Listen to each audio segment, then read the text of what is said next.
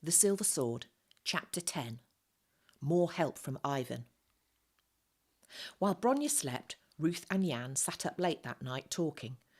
There was much she wanted to know about her father, and Jan told her the little that he remembered. Why had the boy not spoken earlier about him?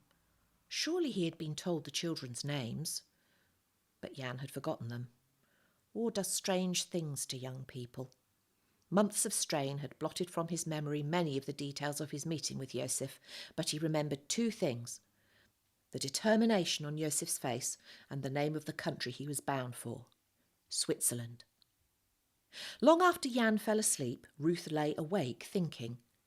Edek had been traced. Her father had escaped from prison and had been seen alive and free. How different must their future be now? But it was confusing. So much had happened so quickly. By morning she had sorted things out and knew what she must do. She explained the situation to Bronya. "We must leave Warsaw for good and go and find father," she said. "Find mother too?" "Yes, mother too. We must go to Switzerland." "Where's that?" "Millions of miles away," said Jan. "And you'll have to walk without any shoes." "We'll have to walk some of the way," said Ruth, "but Ivan will give us shoes and we'll get lifts on lorries and trains as well. It won't be so bad now that spring's coming, and in summer it will be lovely sleeping out under the stars. We'll go to Posen first. It's not much out of our way and it's only 200 miles. We can beg for food as we do now." "I'll steal it," said Jan. "You can leave that to me." "I'm glad you want to come with us, Jan," said Ruth. "We need you to protect us." "I've got my knife," said Jan. "That will be very useful if you use it for what it's meant for," said Ruth. She went to see Ivan to explain matters and to ask him for shoes. "I'll bring you anything I can," he said, "but tie up that cock next time I call." He called the following week with shoes for each of them. They saw him coming, and Ruth told Jan to tie up Jimpy. He didn't like doing it, but he obeyed. "Hello, you starving ragamuffins," said Ivan.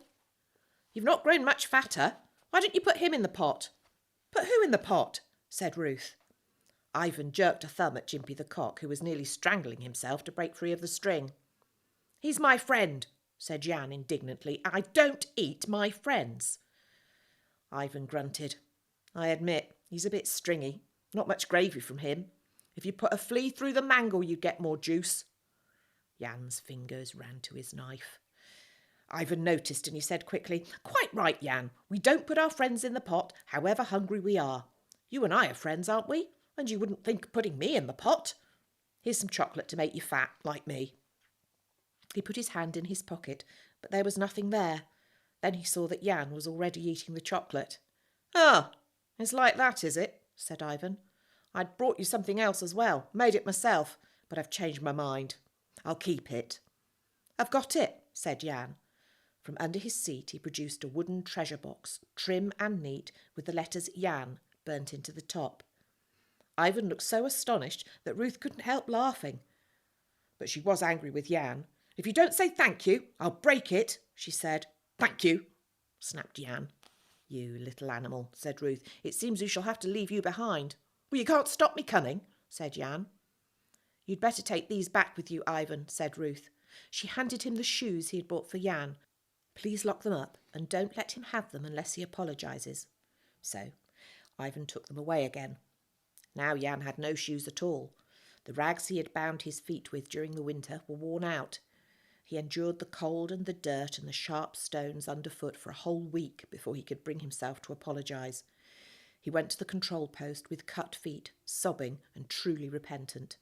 He left a peace offering for Ivan, one of the treasures from his wooden box, one he prized very highly.